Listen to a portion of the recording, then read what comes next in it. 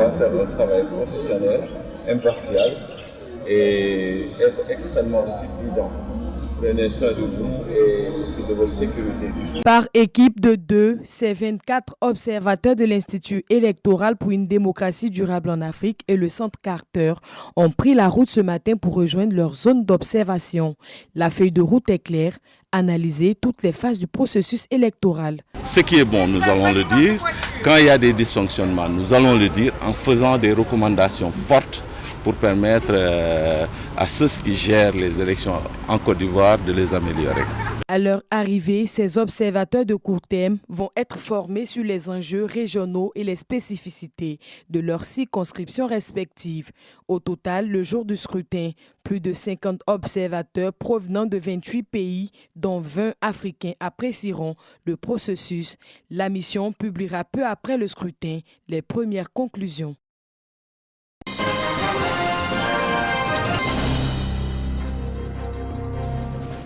Les établissements publics nationaux, les entreprises publiques à caractère industriel et celles du secteur privé soumissionnent en moyenne à 5 000 marchés publics par an.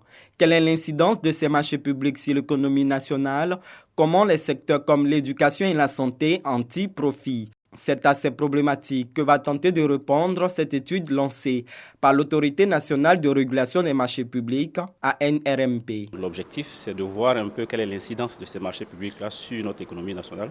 Comment est-ce qu'on peut utiliser ces marchés publics-là pour améliorer notre économie? Les résultats attendus au niveau de l'autorité de régulation sont bien évidemment savoir si l'ensemble des règles édictées par le Code des marchés publics pour la gestion de nos marchés publics, les principes, c'est-à-dire la transparence, l'équité, la libre concurrence, l'économie et l'efficacité ont apporté une amélioration à tous ces secteurs prioritaires, éducation nationale, agriculture, infrastructure et bien évidemment sur nos entreprises et nos PME.